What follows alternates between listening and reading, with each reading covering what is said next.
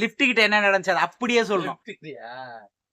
கைசிட்டில நான் நின்னுட்டு இருக்கேன் 4வது மாடி போகணுமேன்னு. வந்துட்டு ஒரு பெரிய ரிவ்யூ வந்தாரு. ரிவ்யூ வந்துட்டு சென்னையில இருந்து துபாய்க்கு போறதுக்கு எவ்வளவு நேரம் ஆகும்? நான் போனது இல்லைங்க. பிளைட்ல ஓட்டுனதும் கிடையாது. பிளைட்ல போனதும் கிடையாது. நான் அதிகபட்சம் ட்ரெயின்ல தான் டிராவல் பண்ணுவேன். இல்ல. கொரியர் போறதுக்கு எவ்வளவு நேரம்? அது நீங்க கொரியர் கார்ட்ட தான் கேட்கணும். நீங்க கொரியர் நான் அமேசான் டெலிவரி. அத சொல்றது கொரியர்னு சொல்லி சொல்றது. வேற ஒண்ணும் கிடையாது. அப்ப யாருகிட்ட கேட்கணும்? ப்ரொபஷனல், டிடிடிசி இந்த மாதிரி வர்றாங்களா அவங்கள்ட்ட கேளுங்க. அவங்க எப்போ வருவாங்க? அது எனக்கு தெரியாதுங்க அப்படின்னா. லிஃப்ட் வேற வந்து தொலைய மாட்டேங்குது. வந்து தொலைஞ்சா நான் உள்ள போயிடுவேன். கதவு மூடி இருந்தாலும் வெளியே போயிட்டே இருப்பேன். இதுவும் வந்து தொலைய மாட்டேங்குது. எப்போ வருவாங்க அப்படின்னா, இல்ல தெரியலங்க எனக்கு.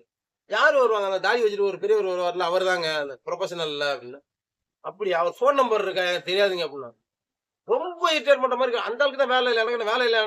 லிஃப்ட் வந்துச்சு. சார் எனக்கு லிஃப்ட் வந்துருச்சு. உங்களுக்கு உங்களுக்கு வேற ஏதாவது வேணுமா? போய் மெயின் கேட்ல போய் கேளுங்க.